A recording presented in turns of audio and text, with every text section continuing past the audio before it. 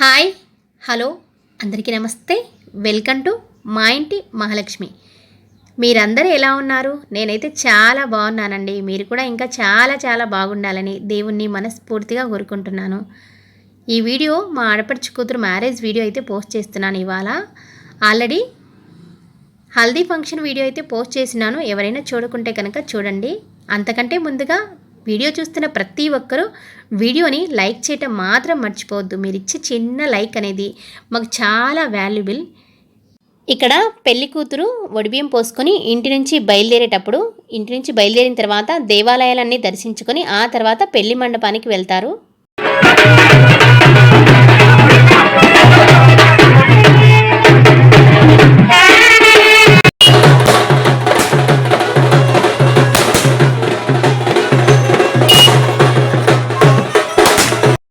మా ఆడపడుచు వాళ్ళ ఊర్లో అయితే చాలా టెంపుల్స్ ఉన్నాయండి. అన్ని టెంపుల్స్ వీడియో అయితే నేను తీయలేదు. రామాలయము, అదేవిధంగా ఆంజనేయ స్వామి, ఇంకా వెంకటేశ్వర స్వామి, పద్మావతి అమ్మవారి వీడియో అయితే తీశాను. చాలా టెంపుల్స్ ఉన్నాయండి. 11, 12 ఉన్నాయి టెంపుల్స్. అన్నీ దర్శనం చేసుకొని వచ్చేలోపు 9 ఆ టైం ఏమైంది ఈవినింగ్ బయలుదేరితే.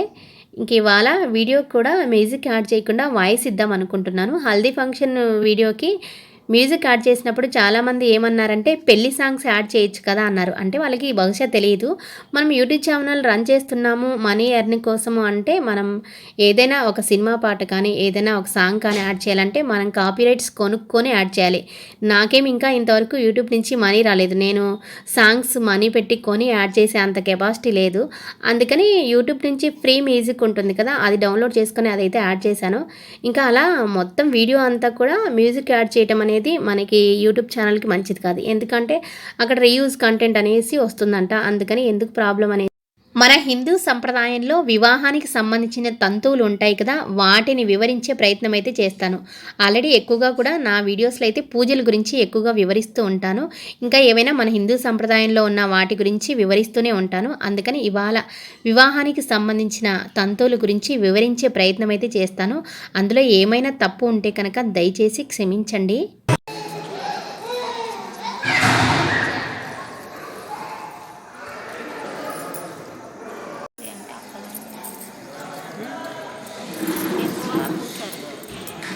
మనకి నవధాన్యాలు ఏం పోస్తారులే.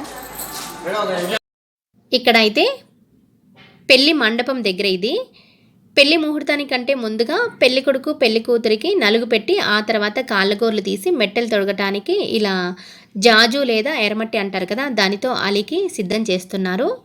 ఇలా పీట ఆకారంలో ఎర్రమట్టితో అలికి దానిపైన పీట ముగ్గు వేసి రోకలి ఉంటుంది కదా, రోకలితో 4 సైడ్లు అలాగే అడ్డంగా కూడా ఇలా 3 సార్లు పోస్తారు. మాకైతే నవధాన్యాలు పోస్తారు. ఇక్కడ వీళ్ళు జొన్నలు పోస్తున్నారు. దాని తర్వాత పెళ్లి కొడుకు పెళ్లి కూతురు అలాగే తోడు పెళ్లి కొడుకును కూడా కూర్చోబెట్టి నలుగు అయితే పెడుతున్నారు. నలుగు అయిపోయిన తర్వాత కాళ్ళగోర్లు తీసి మేనమామ అయ్యే వరుస వాళ్ళు ఉంటారు కదా, వాళ్ళు మెట్టలు పెడతారు. ఆ తర్వాత స్నానాలు చేపించి ఇంకా పెళ్ళికి రెడీ చేస్తారు.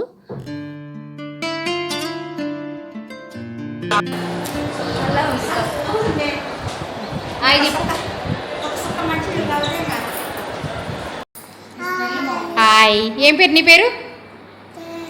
తేజు. Good name.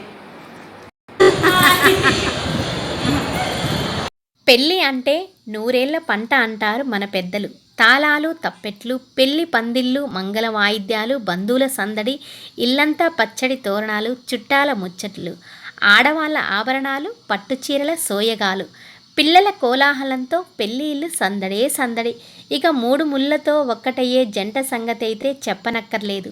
చిలిపి ఆలోచనలు, సిగ్గు తెరలు, ముసిముసి నవ్వులు, అందమైన అలంకరణలో వధువు వరుడు మెరిసిపోతూ ఉంటారు.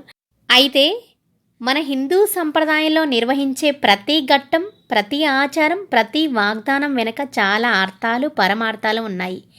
అందుకే మన ఆచారాలకు అంత ప్రాధాన్యత ఉంటుంది. ఏవి మారినప్పటికీ మన వివాహ సంప్రదాయ పద్ధతి అనేది మారదు. హిందూ సంప్రదాయానికి అద్దం పట్టే తెలుగు పెళ్లిలోని విశేషాలు, వాటి విశిష్టతలు నాకు తెలిసినంతవరకు వివరిస్తాను. వీటిలో అయితే కులాల వారీగా, ప్రాంతాల వారీగా కొన్ని తేడాలు ఉండవచ్చు, కానీ ఇంచుమించు అన్ని వివాహాలలో ఉండే ప్రధాన విషయాల గురించి వివరిస్తాను. వివాహ ముహూర్త సమయం వరకు వధూవరుల మధ్యలో ఉంచే తెరకు అర్థం ఉంది. వధువును జీవాత్మగా, వరుడిని పరమాత్మగా భావిస్తే మధ్యలో ఉండే తెర మాయ.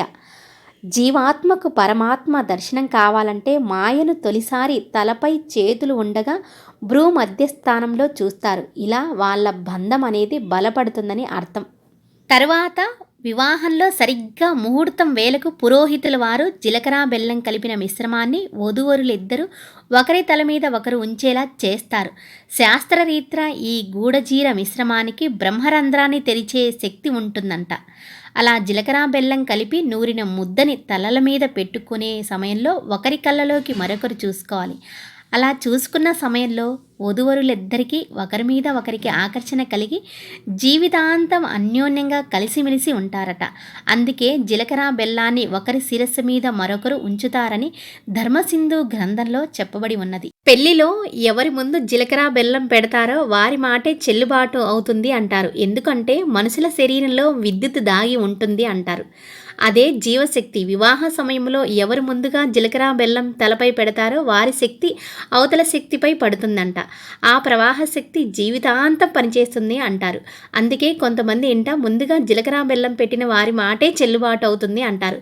సంప్రదాయంగా అయితే పెళ్లి కూతురుతో ముందుగా పెట్టిస్తారు మా సంప్రదాయంలో. తరువాత కన్యాదానం. దేనినైనా దానం చేస్తే ఆ వస్తువుతో మనకి అన్ని సంబంధాలు తెగిపోతాయి. కానీ పెళ్లిలో మాత్రం అలా కాదు. దానాలలో అతి శ్రేష్టమైనది కన్యాదానం. కన్యాదానం చేయాలన్నా అదృష్టం ఉండాలి అంటారు. పెళ్లి కూతురు తండ్రి అల్లారి ముద్దుగా పెంచి పెద్ద చేసిన కూతురిని పంచభూతాల సాక్షిగా, పెళ్లికి విచ్చేసిన బంధుమిత్రుల సాక్షిగా ధర్మ అర్థ కామ మోక్షాలకై అల్లుడికి దానమిస్తాడు. ఈ దానం వల్ల తనకి బ్రహ్మలోక ప్రాప్తి కావాలని కోరుకున్నట్లు అని అర్థం. అయితే తర్వాత మన హిందూ వివాహ పద్ధతిలో అతి ముఖ్యంగా వధూవరులకిద్దరికీ నుదుట బాసికం అనేది కడతారు. దీని వెనక ఆధ్యాత్మికంగా కానే కాదు, శాస్త్రీయంగానూ కూడా ఎన్నో లాభాలు ఉన్నాయని మన పండితులు చెబుతున్నారు. మామూలుగా అయితే మన మానవ శరీరంలో మొత్తం 72,000 నాడులు ఉంటాయట. అందులో 14 నాడులు ఎంతో ముఖ్యమైనవి. వీటి వల్ల మానవ శరీరం ఎల్లప్పుడూ ఉత్తేజంగా ఉంటుంది. ఈ 14 నాడుల్లో ఇడ, పింగళ, సుషుమ్న అనేవి అతి ముఖ్యమైనవి. సుషుమ్న నాడికి కుడి పక్కన సూర్యనాడి, ఎడమ పక్కన చంద్రనాడి ఉంటాయట. ఈ రెండు నుదుట భాగంలో కలుసుకుంటాయి. ఈ నాడుల కలయిక అర్ధచంద్రాకారంలో ఉంటుంది. వేదకాలంలో ఈ భాగాన్ని ఋషులు దివ్య చక్షువు అని పిలిచేవారు. వివాహ సమయంలో దీనిపై ఇతరుల దృష్టి సోకకుండా బాసికాన్ని కడతారు. మన నుదిటి భాగాన బ్రహ్మ కొలువుంటాడని మన హిందువుల ప్రగాఢ నమ్మకం. అలాంటి భ్రూ మధ్యస్థానంలో కొలువున్న బ్రహ్మ మానవుడి భవిష్యత్తుకు సంబంధించిన అన్ని విషయాలను ఇక్కడే పొందుపరుస్తాడు. నెత్తిన చేతులు వేసుకోవటం అరిష్టమని, తరచూ నుదుట భాగాన్ని చేతితో రుద్దకూడదని మన పెద్దలు అంటూ ఉంటారు కదా. అందుకని ఎంతో పవిత్రమైన ఈ ప్రదేశంపై ఇతరుల దృష్టి సోకడం కూడా మంచిది కాదు. అందుకే మన పూర్వకాలం నుంచి బాసికం ధరించడం ఆచారంగా వస్తుంది. సాధారణంగా మన వివాహ సమయంలో వధూవరుల్ని అందంగా అలంకరిస్తారు. వారి అలంకరణ చూసి అతిథులు, బంధువులు ముగ్ధులవుతారు. అలా అందరూ చూసేటప్పుడు వారిపై కనుదృష్టి పడుతుంది. ఇటువంటి వాటిని నుంచి రక్షణ పొందటానికే బ్రహ్మ కొలువున్న ఈ స్థానంలో బాసికాన్ని కడతారు అంటారు. దీనివల్ల భార్యాభర్తల మధ్య బంధం కూడా మరింత బలపడుతుంది అని మన పెద్ద. తరువాత పాణిగ్రహణం. కన్య చేతిని వరుడు గ్రహించడమే పాణిగ్రహణం. వరుడు తన కుడి చేతితో వధువు కుడి చేతిని పట్టుకోవటాన్ని పాణిగ్రహణం అంటారు. ఇకపై నేనే నీ రక్షణ భారం వహిస్తానని సూచించటానికి పురుషుని కుడి చేయి బోర్లించి స్త్రీ కుడి చేయి పైకి ఉండేలా చేయి పట్టుకోవాలి. దీనికి అర్థం ఇంటి యజమానిరాలిగా, ఇంటిని తీర్చిదిద్దే ఇల్లాలిగా ఇంటికి రమ్మని ఆహ్వానించడం. తరువాత వివాహంలో అతి ముఖ్యమైనది మంగళసూత్రం. సూత్రం అంటే దారం, మంగళప్రదమైంది కనుక మంగళసూత్రం అంటారు. ఇది వైవాహిక జీవితం నుంచి సమస్త కీడులను తొలగిస్తుందని నమ్మకం.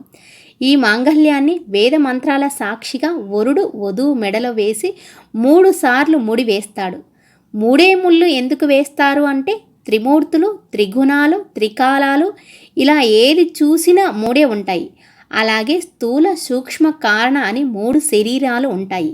ఆ 3 శరీరాలకు 3 ముళ్ళు అనే అర్థం కూడా ఉంది. కాబట్టి స్థూల శరీరం ఉన్నా లేకున్నా వారి మధ్య ఆ బంధం ఉండాలి అనేది అందులోని పరమార్థం.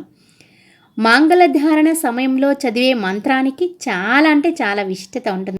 మాంగళ్య తంతునేన మమ జీవన హేతున అనే మంత్రం ఉంటుంది కదా, ఆ మంత్రానికి అర్థమైతే నా జీవితానికి కారణమైన ఈ సూత్రంతో నేను నీ మెడలో మాంగళ్యం అనే బంధాన్ని వేస్తున్నాను.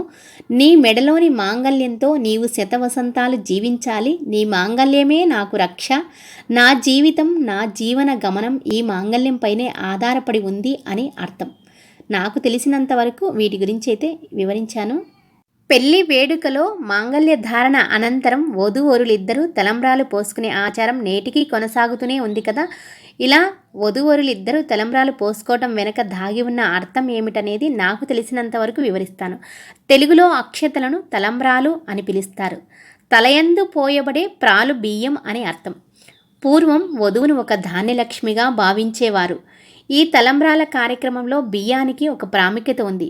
ఓ వధువా, నీవు మా ఇంటికి వచ్చాక మన ఇంట ధాన్యం ఇలా కుప్పలు తెప్పలుగా విరివిగా ఉండి మన జీవనానికి ఆధారభూతమైన ధాన్యంతో మనం నిత్య సంపదలను కలిగి ఉండాలని చెబుతూ వరుడు వధువు తలపై తలంబ్రాలు పోస్తాడు. తలంబ్రాలు పోయటానికి ముందుగా పురోహితులు వరుడు వధువు చేతులను దర్భతో తుడిచి దోసిలలో 2 సార్లు బియ్యాన్ని పోసి ఆపై కొద్దిగా పాలను వేసి తలంబ్రాలను సిద్ధం చేస్తాడు పురోహితుడు. ఆ తర్వాత ముందుగా తలంబ్రాలు వరుడు వధువుపై వేస్తారు. ఈ విధంగా ఒకరిపై ఒకరు తలంబ్రాలు పోసుకోవటం ఆచారంగా వస్తుంది. ఈ తలంబ్రాలను పోసుకునేటప్పుడు పురోహితులు ఈ కన్య వంశాన్ని వృద్ధి చేయుగాక, శాంతి, సంతోషం, అభివృద్ధి అన్నీ వీరికి కలగాలని మంత్రాలు చదువుతూ తలంబ్రాలను పోయిస్తారు. తలంబ్రాల వెనుక ఉన్న అసలైన అర్థం, పరమార్థం అనేది నాకు తెలిసినంత వరకు ఇక్కడ తెలియజేశాను. తర్వాత బ్రహ్మముడి లేదా కొంగుముడి అంటారు కదా. బ్రహ్మముడి వధువు చీర అంచును వరుడి ఉత్తరీయం చివరను కలిపి ముడివేయటం. అంటే జీవితాంతం వారు కలకాలం అన్యోన్యంగా కలిసిమెలిసి ఉండాలని దంపతుల కొంగులకు ముడివేస్తారు. వధూవరుల బంధం శాశ్వతంగా స్థిరంగా ఉండాలని ఈ ముడి వేయిస్తారు. ఈ కొంగుముళ్ళతోనే పెద్దల ఆశీర్వాదాలు కూడా అందుకుంటారు వధూవరులిద్దరూ.